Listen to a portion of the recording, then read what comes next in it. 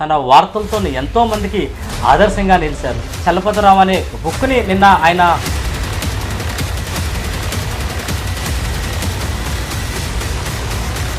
ఆంధ్రజ్యోతిలో సంవత్సరం పాటు చేసి మరలా ఆంధ్రప్రభకు వచ్చాను. రచయిత కానివాడు జర్నలిస్ట్ కాలేడు, జర్నలిస్ట్ కానివాడు రచయిత కాలేడు.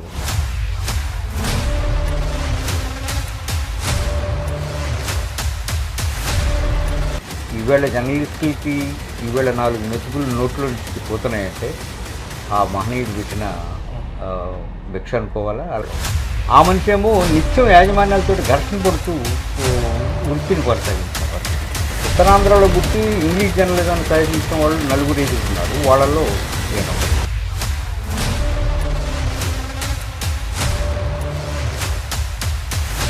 అట్లానే వీటన్నిటికి మించి బాగా సంతోషం వేసిన విషయం ఏంటంటే ఎన్ఏజేకి అధ్యక్షుడిగా ఉన్న పాండే ఒక మెసేజ్ పంపారు.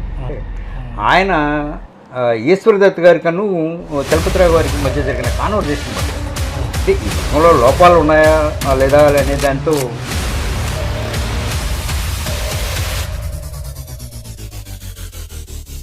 చేసిన పనికి గుర్తింపుగా వచ్చేది ఒక అవార్డు. అయితే ఇవి జర్నలిస్టులకు ఇస్తున్న అవార్డుని నేను కొన్ని తీసుకున్నా. అందులో ఒకటి మోటూరు హనుమంతరావు గారి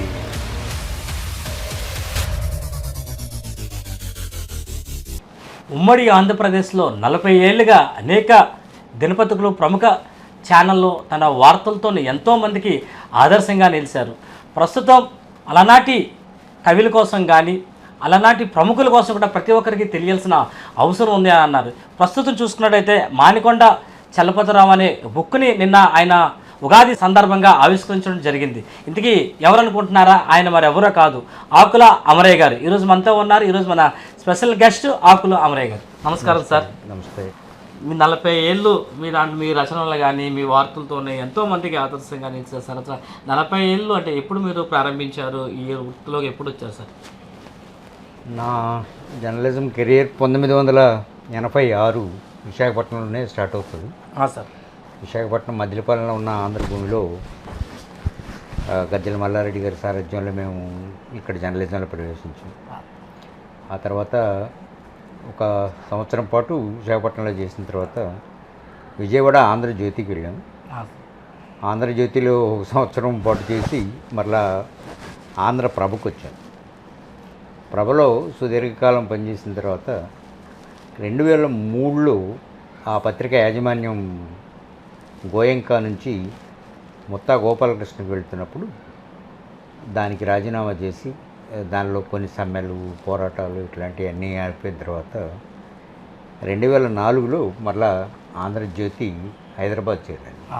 హైదరాబాద్ సిటీ బ్యూరో ఇన్ఛార్జిగా 2004లో చేరి అక్కడ ఒక 5 ఏళ్ల పాటు చేసిన తర్వాత 2007 సెప్టెంబర్ అక్టోబర్లో సాక్షి దినపత్రిక వస్తున్నప్పుడు సజ్జల రామకృష్ణారెడ్డి గారి ఆహ్వానం మేరకి నేను సాక్షిలో చేరాను. సాక్షిలో 2021 వరకు చేశాను. ఆ తర్వాత దానిలో రిటైర్ అవుతూనే స్వతంత్ర అనే ఒక ఛానల్లో పనిచేశాను. ఆ తర్వాత ప్రస్తుతం ది ఫెడరల్ ఆంధ్రప్రదేశ్ డెప్యూటీ ఎడిటర్గా ఉన్నా. అది తెలంగాణ బేస్ నుంచి చేస్తాను. రచనల వైపు ఎప్పుడు మీకు ఆకర్షణ? మీ అందరికీ తెలుసు, పతంజలి గారు ఎప్పుడూ మాట్లాడుతుంటారు అనమాట, రచయిత కానివాడు జర్నలిస్ట్ కాలేడు, జర్నలిస్ట్ కానివాడు రచయిత కాలేడు. సరే, రాయటం అనేది మన మామూలుగా అందరికీ తెలిసిన వ్యవహారమే. కొంచెం హృదయంగా రాయటం అనేది, కొంచెం బాగా రాయటం అనేది, కొంచెం సాహిత్య నేపథ్యం ఉంటే అది సాధ్యపడుతూ ఉంటుంది. జర్నలిస్ట్ అనేవాడు నిరంతరం అధ్యయనం చేయాలి. సరే, ఇప్పుడు అధ్యయనం పోయి ఇప్పుడంతా వాక్కే వచ్చేసింది. ఈ నేపథ్యంలో కూడా అలా వాక్ ఉండాలన్నా, 4 ముక్కలు చెప్పాలన్నా కూడా చదవాలి. చదవటం అనేది ప్రధానం అనేది మొదటి నుంచి ఉన్నది. మాకు నేర్పిన జర్నలిజం పాఠాలు నేర్పిన వాళ్ళు కూడా ముందు చదవమని చెప్పేవాళ్ళు. చదువు చదువు చదువు అనేది చెప్పేవాళ్ళు. చదవకుండా ఏమీ రాయలేరని కూడా చెప్పేవాళ్ళు. దానిలో భాగంగా ఈ రచనలు, రచనా వ్యాసంగం, పైపెచ్చు అప్పటి రోజుల్లో ఒక పోటీ ఉండేది జర్నలిస్టులు. మేము డెస్క్లో కొంతకాలం ఉండటం వలన డెస్క్ వాళ్ళకి అన్ని విషయాలు తెలిసి ఉండాలి అనేది ఒక కామన్ రూల్. అందువల్లనే జర్నలిస్టు ఈ master of all trades nothing of none అంటారు కదా, అట్లా అన్ని విషయాల పట్ల అంత కొంత అవగాహన ఉండేది. దానిలో భాగంగానే అయితే దేనిలోనూ సమగ్రత ఉండదు, కానీ అన్ని విషయాల పట్ల అవగాహన ఉండేది. దానిలో భాగంగానే రచనలు కూడా చేపట్టాం. ఇప్పుడు నిన్న చూసాం సార్, మానకొండ చలపతిరావు గారిది నిన్న బుక్ ఆవిష్కరణ జరిగింది. ఇది రాయడానికి ప్రధానమైన స్ఫూర్తి ఏంటి?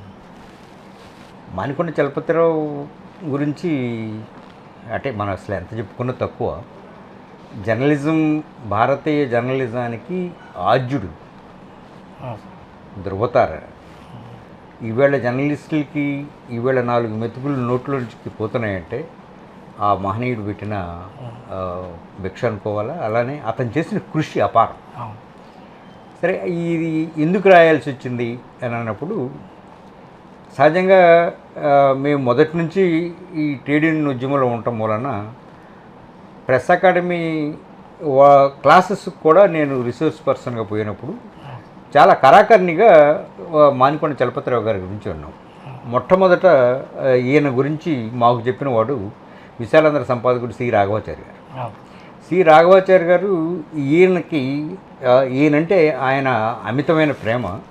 ఆయన చేసిన కృషిని చాలా చాలా ఎక్కువ సందర్భాలలో ఆయన ప్రశంసించేవాడు. దానిలో భాగంగా అసలు ఎవరి చలపతిరావు అని అనుకున్నప్పుడు ఆయన ప్రయాణ క్రమంలో చాలా యాదృచ్ఛికంగా నేను వేరే చోట ఉన్నప్పుడు మిరియాల వెంకట్రావు ఫౌండేషన్ అనేవాళ్ళు ప్రతి ఏటా కొన్ని పుస్తకాలు తేవాలని వాళ్ళు నిర్ణయించుకున్నారు. ఆ ట్రస్ట్ నిర్వాహకుల్లో ఒకరు కటార అప్పారావు గారు. ఆ ట్రస్ట్లో ఆయన దాని మెంబరు, ప్లస్ ఆ ట్రస్ట్కి అన్ని రకాలుగా అండదండలుగా ఉన్నారు. ఆయన ఇట్లా ఓ రోజు ఫోన్ చేసి, అమరాయ మేము ఒక సెట్ ఆఫ్ బుక్స్ తేవాలనుకుంటున్నాము, అందులో నీకు నచ్చింది ఏదైనా ఉంటే ఒకటి చెప్పి దాని మీద నువ్వే రాయి అన్నప్పుడు, అరే ఇదేదో బాగానే ఉంది అనుకుని నేను గబక్కన నేను తెలియకుండానే నేను మన అప్పారావు గారికి చలపతిరావు గారి గురించి రాస్తానండి అని నేను రాస్తాను అని అన్నాం. కానీ అది అంత కష్టసాధ్యమని నాకు అనిపించలేదు. ఎందుకంటే ఆయన గురించి ఎక్కడ చూసినా మనకు ఉన్న ఒక 5-6 పేజీలకు సంబంధించిన మ్యాటర్ మాత్రం వికీపీడియాలో ఉంటుంది తప్ప ఆయన ఎక్కడా కనపడలేదు. పైపెచ్చు ఆయన్ని చదువుకుంటూ పోయే కొంది అమ్మ ఈ మనిషి గురించి మనం రాయటానికి అర్హులమా కాదా అనే లెక్క వచ్చింది. ఎందుకు, మనమేమో ఈ నిత్య పోరాటంలో యాజమాన్యాలు ఏం చెప్తే అది చేస్తున్నవాళ్ళు, ఆ మనిషి ఏమో నిత్యం యాజమాన్యాలతో ఘర్షణ పడుతూ వృత్తిని కొనసాగించినవాడు.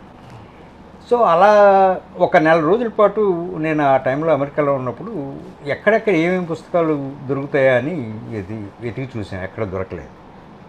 ఒకే ఒక పుస్తకం ఉంది, ప్రెస్ ఇన్ ఇండియా అనే పుస్తకం మాత్రం న్యూయార్క్ లైబ్రరీలో ఉన్నట్టు మా పిల్లలు పసిగట్టి ఆ బుక్ను ఉదాన్ని తెప్పించారు. ఆ బుక్ చాలా బాగా తోడ్పడింది. ఆ తర్వాత ఆ పుస్తకం తీసుకొని మళ్ళీ ఇండియా వచ్చిన తర్వాత ఢిల్లీ వెళ్ళాం. ఢిల్లీలో కొంత ఢిల్లీ ప్రెస్ క్లబ్లో, అలానే ఆంధ్ర భవన్లో ఇట్లా ఎక్కడైనా బుక్స్ దొరుకుతాయని చూసాం. అక్కడ కూడా ఎక్కడ ఏమీ దొరకలేదు. పైపించి ఆయన నిజాయితీ ముందు నేను కుమిలిపోవాల్సి వస్తుంది. ఈ పుస్తకానికి రాయడానికి నేను అర్హుని కాదండి, ఆయన నిజాయితీ ముందు మేము నిలబడలేము, కనుక ఈ పుస్తకాన్ని వేరే వాళ్ళకి అప్పచెప్పండి అని చెప్పి మళ్ళీ నేను అప్పారావు గారు ఆయనకి చెప్పాను. చెప్తే ఆయన నో ఆ తరం వేరు, ఈ తరం వేరు, ఆ కనీసం మీరు అనుకున్న వాళ్ళు కూడా చేయకపోతే జర్నలిస్టులుగా ఉండి అట్లాంటి వాళ్ళని భవిష్యత్ తరాల వాళ్ళకి ఇంకెవరు చెప్తారు, కనుక మీరే చేసేయండి, కొంచెం ఆలస్యమైనా పర్వాలేదు అన్నాడు. వాళ్ళేమో డెడ్లైన్ డిసెంబర్ 22ని పెట్టుకున్నారు, ఇదేమో అక్టోబరు ఆ ప్రాంతంలో ఈ కాన్వర్జేషన్ జరిగింది. So I decided to go forward అనమాట. ఆ తర్వాత ఢిల్లీ నుంచి తిరిగి వస్తూనే ఆయన పుట్టింది చాలా ఎంత గొప్ప ప్లేస్ అంటే, నిజంగా ఉత్తరాంధ్రలో పుట్టి ఇంగ్లీష్ జర్నలిజాన్ని సాధించిన వాళ్ళు 4-5 ఉన్నారు. వాళ్ళల్లో ఈయనొక్కడు. ఒకళ్ళు కుందూరు ఈశ్వరదత్, 2 చింతామణి, 3 ఈయన, 4 కోటంరాజు. వీళ్ళందరూ ఈ ప్రాంతం నుంచి వెళ్ళి ఉత్తర భారతదేశంలో ఇంగ్లీష్ జర్నలిజంలో అగ్రగణ్యులుగా ఉన్న వాళ్ళు ఆరితేరిన వాళ్ళు. వాళ్ళని మించిన వాళ్ళు ఎవరూ కనిపించలేదు.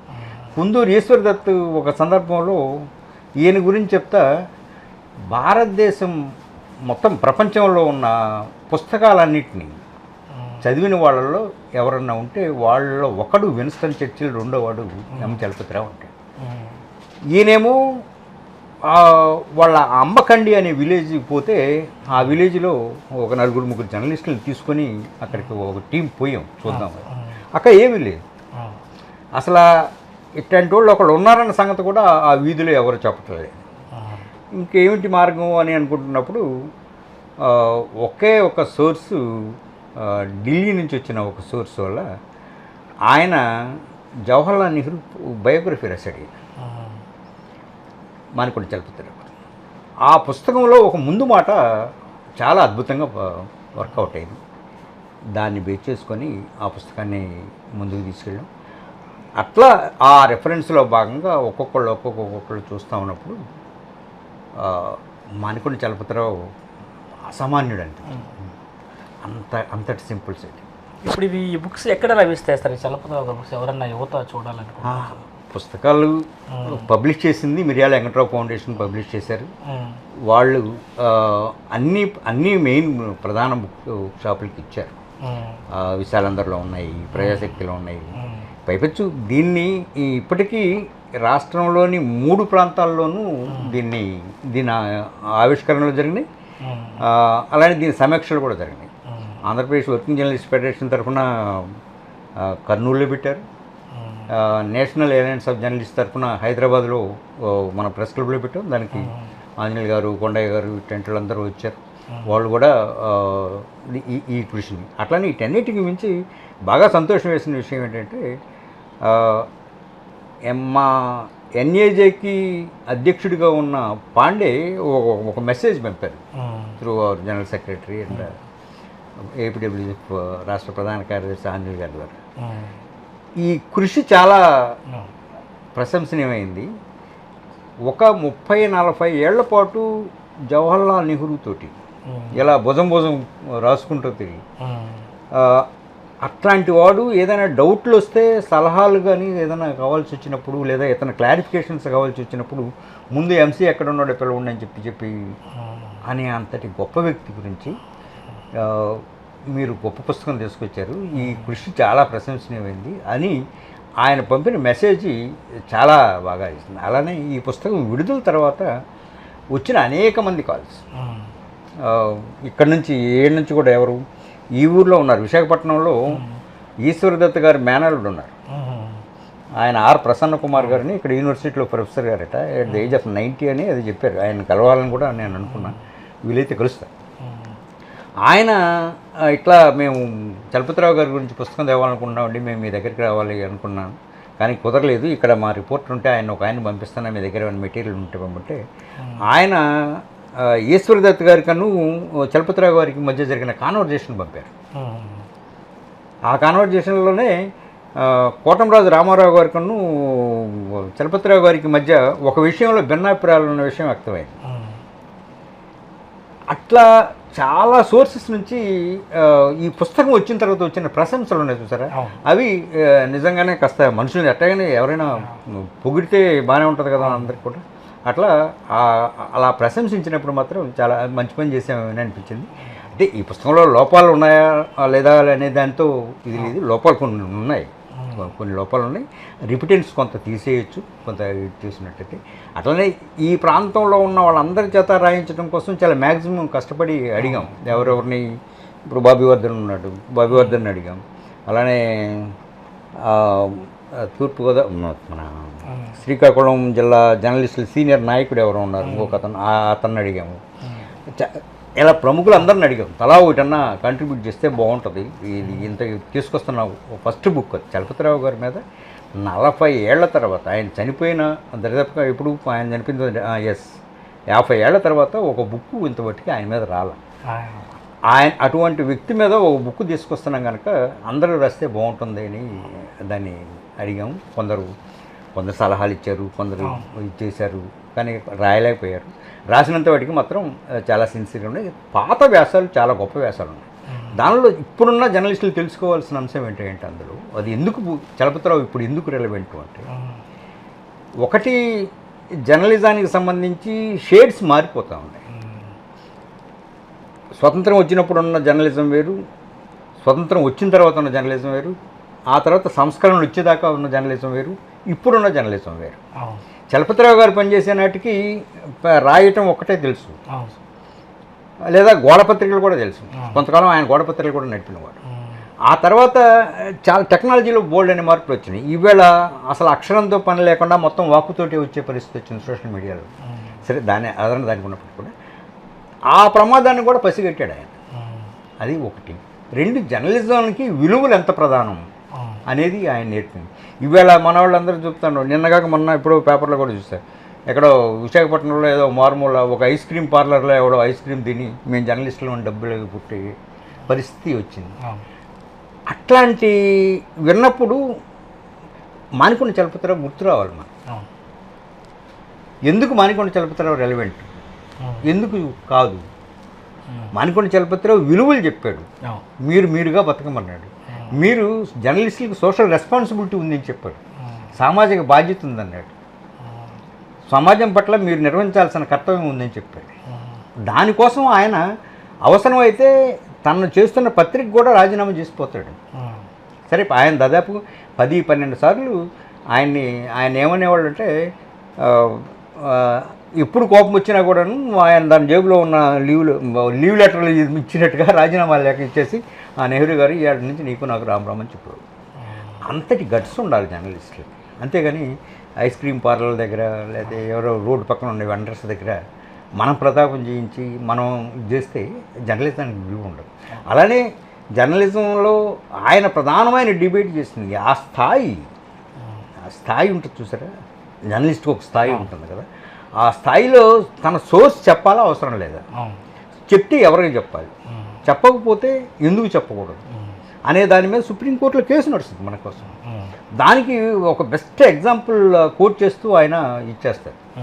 బ్రిటన్లో ఒక జర్నలిస్టు రష్యా అధికారికి సమాచారాన్ని లీక్ చేసినందుకు ఎందుకు లీక్ చేశాడు అనేది ఒక పత్రిక రాస్తుంది. అతను క్రైమ్ రిపోర్టర్. ఎందుకు రాశాడు? వాళ్ళిద్దరి మధ్య దాన్ని ఏమంటాం, లైంగిక సంబంధం ఉండటం మూలన ఆ వార్త బయటకు వచ్చింది, లేకపోతే రాదు అని నేను చెప్పాను.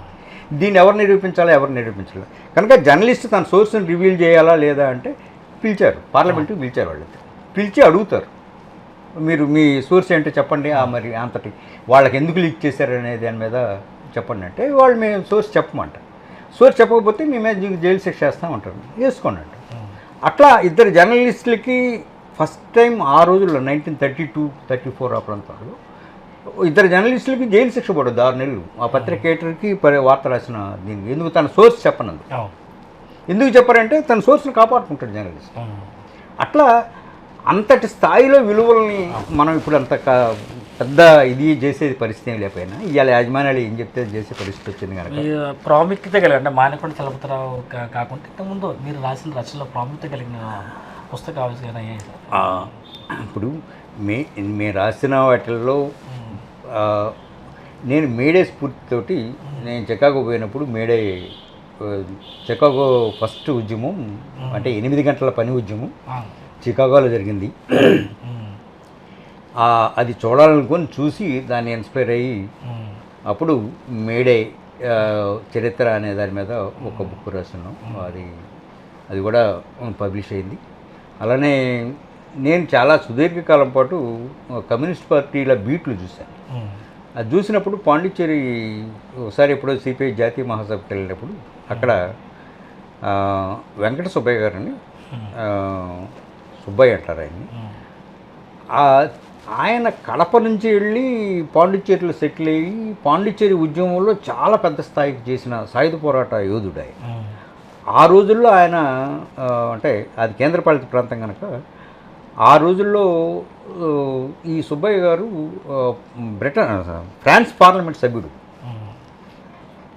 ఆయన ఎంతటి ఆదర్శవంతుడంటే ఆయన కూడా తన ఆదర్శాలకు అనుగుణంగా పిల్లలు వద్దు అనుకొని భార్యాభర్తలు ఇద్దరు, ఆమె పేరు సరస్వతి, ఆయన భార్య పేరు, అలా వద్దు అనుకొని ఇది చేసిన వాళ్ళు. సో అట్లా ఆయన మీద ఒక బుక్ తీసుకొచ్చాం. ఒక 150-200 మంది అగ్రికల్చర్ సైంటిస్టుల మీద మేము ఆల్ ఇండియా రేడియోలో ప్రోగ్రామ్ ఎగ్జిక్యూటివ్ గోపిచంద్ గారిని వారి సహకారంతో ఒక 3 వాల్యూమ్స్ అది ఒక మాన్యుమెంటల్ కృషి చేసాం. అది ఒక ఇది.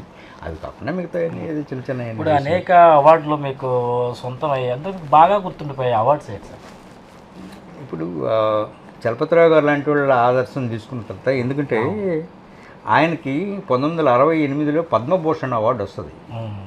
వస్తే ఆయన చాలా చాలా మామూలుగా నెహ్రూ గారికి ఒక ఉత్తరం రాస్తారు, ఇది ఇట్లాంటి అవార్డులు రివార్డులు నాకు అవసరం లేదు, వీటిని ఎవరైనా పైరవీ చేసుకునే వాళ్ళు చాలామంది ఉంటారు కనుక వాళ్ళకి ఎవరికన్నా ఇవ్వండి, నేను ఇందుకు తగిన వాడిని కాదని పంపిస్తుంటాడు. అవి తెలియక ముందు ఏదో కొన్ని యాక్సెప్ట్ చేసాం, కానీ అయితే చేసిన పనికి గుర్తింపుగా వచ్చేది ఒక అవార్డు. ఆ మహానుభావులు అట్లాంటి వాళ్ళు చాలా రేర్గా ఉంటారు కనుక ఉండేమో. కానీ అయితే జర్నలిజంలో వాటిని త్యజించిన వాళ్ళు చాలామంది ఉన్నారు. పతంజలి గారికి ఒక అవార్డు వస్తుంది, తీసుకోడు. అట్లనే శ్రీశ్రీకి కూడా ఒక అవార్డు వస్తుంది, ఆయన తీసుకోడు. ఇటీవల కాలంలో కూడా చాలామందికి సాయసేంద్ర మన గ్రేట్ జర్నలిస్ట్ సాయినాథ్ లాంటి వాళ్ళకి కూడా అవార్డులు వచ్చిన వాళ్ళు అందరూ రిజెక్ట్ చేశారు. అయితే ఇవి జర్నలిస్టులకు ఇస్తున్న అవార్డుని నేను కొన్ని తీసుకున్నా. అందులో ఒకటి మోటూరు హనుమంతరావు గారి ఉత్తమ జర్నలిస్ట్ అవార్డు ఒకటి. అది ఆ అవార్డుని నేను ఏ వ్యాసం కోసం తీసుకున్నానంటే, అప్పుడే 2014-15 ప్రాంతంలో మన రాజధాని తెచ్చినప్పుడు ఆ ప్రాంతంలో ఈ ప్రాంతంలో అందరూ సంపన్నులకైనా వ్యవసాయ కార్మికులకను దినసరి కూలీలకి ఏమీ ప్రాతినిధ్యం ఉండదా, ఉంటే ఈ 21,850 మంది ఎంతమందో వ్యవసాయ కార్మికులు ఉంటారు, వాళ్ళకి ఏం చేస్తారు అనే దాని మీద ఒక వ్యాసం లాంటిది రాసినప్పుడు సాక్షి పత్రికలో ఉన్నప్పుడు దానికి ఉత్తమ జర్నలిస్ట్ అవార్డు ఇచ్చారు. అలానే అగ్రికల్చర్లో చేసిన దానికి ఇంకొక రైతు సంఘం వాళ్ళు ఇచ్చిన ఒక అవార్డు ఉంటుంది. ఇట్లాగే చివరగా సార్, భారతదేశం భవిష్యత్తు యువత సార్. ఇప్పుడున్న యువతని మనం చూసాం, వాళ్ళు చెడు దోవను వెళ్ళడం కానీ అనేటికి అలవాటు పడడం కానీ, అట్లా యువతకి మీరు ఇచ్చేది ఏంటి సార్ సందేశం? యువతకి గొప్ప సందేశం ఇచ్చే అంతటి విద్యుత్ నాకు లేదు, కానీ కొత్తగా ఈ జర్నలిజం రంగంలోకి వస్తున్న కొత్త యువకులు అయితే ఎవరైతే ఉన్నారో వాళ్ళు మన విలువల్ని కాపాడేటట్టుగాను, కనీసం ఈ సొసైటీకి మనం ఏం చేయాలి, మన సామాజిక బాధ్యత ఏమిటి, మనం ఏం చేస్తే బాగుంటుంది అనేది మనం నిర్ణయించుకోవడంతో పాటు నలుగురికి ఉపయోగపడే పని ఏది చేసినా కూడాను ఈ సమాజం మిమ్మల్ని అందరినీ ఆదరిస్తుందని, ఆ మేరకి ఆ విలువల్ని మన వ్యక్తిత్వం పోగొట్టుకోకుండా, అవతల వ్యక్తిత్వాన్ని కించపరచకుండా ఈ సొసైటీకి అవసరమైన 4 మంచి పనులు చేయాలని మాత్రమే నేను కోరుకుంటా ఉన్నా. ఆ ఒక్క పని చేసేందుకు ఈ చలపతిరావు గారు లాంటి పుస్తకాలు ఏదైనా ఉపయోగపడతాయని నేను ఆశిస్తూ ఉన్నా. ఆ మేరకి చెప్పగలుగుతాం, కానీ ఇది ఎవరిని మనమేమి ఇదంతా ఉద్ధరించే అంత ఆదర్శవంతమైన సందేశాలు లేదా గొప్ప గొప్ప సంభాషణలు ఏమి ఇచ్చేంత విద్వత్తు నాకైతే లేదు. నేటి యువతకి ఆకుల అమరయ్య గారు ఇచ్చే సందేశం ఏమిటి అంటే, అలనాటి 40 ఏళ్ళు 30 ఏళ్ళ నుంచి కూడా ఎంతోమంది యోధులు ఆ రోజుల్లో మనం చూసుకున్నట్టయితే తన ప్రాణాల సైతం సుమస్థాయిగా వదిలేసిన పరిస్థితి. అటువంటి యోధులు ఖచ్చితంగా నేటి సమాజానికి తెలియాల్సిన అవసరం ఉంది. నేటి యువత కూడా వాళ్ళ ఆదర్శంగా తీసుకున్న అవసరం ఉంది. ఈ నేపథ్యంలో మానికొండ చలపతిరావు గారి పుస్తకాన్ని నేటి సమాజానికి, నేటి యువతకి తెలియాలని చెప్పి ఖచ్చితంగా ఆవిష్కరించని చెప్తున్నారు. నేటి యువత కూడా ఖచ్చితంగా రచయితల మీద కానీ వార్తల మీద కూడా ఎక్కడికైనా శ్రద్ధ పెట్టాలి. రేపు రాబోయే కాలంలో కూడా భారతదేశానికి కూడా నేటి యువతే భరోసా. కాబట్టి వాళ్ళందరూ కూడా పుస్తకాల మీద కానీ వాళ్ళు ఎన్నుకున్న వృత్తి మీద ముందుకు వెళ్ళవలసిన అవసరం ఎంత ఉందని చెప్పేసి ఆకుల అమరయ్య గారు తెలిపారు.